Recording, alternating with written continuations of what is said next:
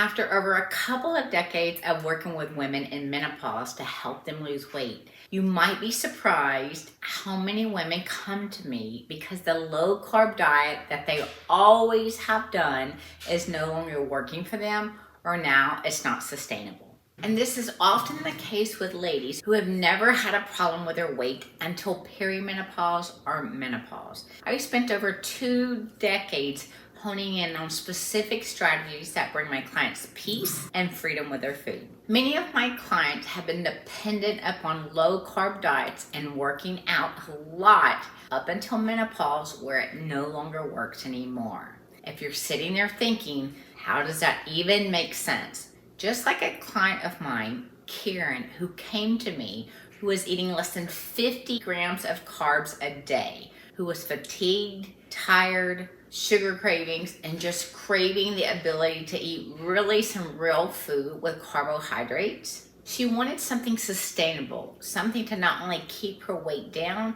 but make her feel good. In just a few weeks, we had her eating the foods that she loved while her weight was steadily going down, and she was literally feeling energy in just a couple of days. I'd love to talk more about this, but before I do, if this is something you're struggling with, go on and book your free consultation at the link below. By the end of this video, you'll know exactly why you're not losing weight on low carb diets during menopause, and I'll share 2 tips to help you to get the scale moving. Too often when women start gaining weight, it's tempting to start restricting those carbs, especially if you restricted those carbs in the past and it worked. Now in perimenopause or menopause, low carb diets no longer work past a few pounds, and here's why. Carbohydrates actually have a function for our bodies. They help our bodies produce hormones such as estrogen, progesterone, insulin, and even the neurotransmitter serotonin. Our bodies can still produce these hormones, especially estrogen and progesterone, if we consume the right nutrients. Often, ladies who come to me have been told that their ovaries are no longer functioning, or that their ovaries are slowing the production of their hormones. And so often, they immediately think that they no longer can produce these hormones and that there's no solution past that. Something that I want you to understand is our body can still produce estrogen and progesterone through our skin, organs, and brain.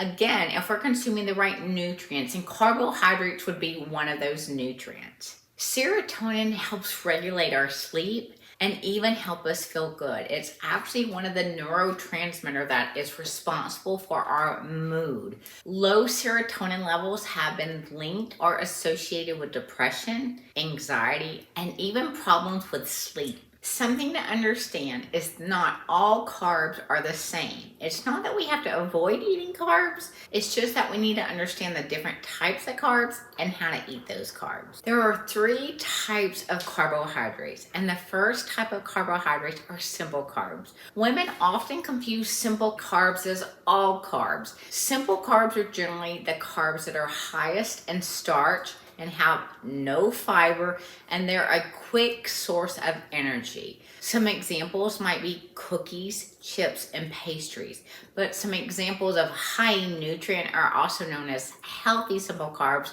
would be something as fruit or popcorn. Something that I want you to really understand is, even though a food is considered healthy, such as the fruit and even popcorn, they can still raise our blood sugar. And the thing about weight gain, especially in perimenopause and beyond, is that we have more insulin resistance, meaning that when our blood sugar rises, it's harder to get that blood sugar to come back down because our insulin isn't working as well as it should. And so when we're consuming foods like fruit or popcorn alone, they're going to raise our blood sugar faster versus having another type of carbohydrate, which I'll soon get into. And the second type of carbs are complex carbohydrates. They're rich in starch and fiber. Some examples would be oats or corn or even a sweet potato. They help maintain stable blood sugar levels if they're eaten right. And the third type of carb are non-starchy carbohydrates. They're low in starch and high in fiber, minerals, and vitamins. Some examples are leafy green vegetables such as spinach, kale, broccoli, and even mushrooms. They have the least impact on your blood sugar. Before we go a bit further, I would love to know which of these carbs are you consuming the most? Comment down below. I'd love to see where you're at on your carb journey. Curious, let me know if this is something you're struggling with right now. Are you trying a low carb diet and it's actually not working and you're actually increasing your belly fat and even your weight? Let me know down in the comments below. To correct eating a carb where it will actually increase or raise your blood sugar and insulin, we would do something like half a banana, which is a simple carbohydrate. We would do a high nutrient fat, such as a teaspoon of peanut butter or almond butter, and we would do a lean protein shake. And the reason why we would do a lean is because we've already added the almond butter or peanut butter, which is the fat in there. So we've got a protein, carb, and fat to basically be able to stabilize the blood sugar. Can you see the difference? And this is what would be considered a macro balanced meal. So there are three main macronutrients: proteins, fats, and carbohydrates. And in order to be able to lose weight, especially belly fat in menopause and perimenopause, we've got to balance our meals. It's hormonally. So in order to lower our insulin, which is going to lower our cortisol, which is going to lower the water retention, which is going to lower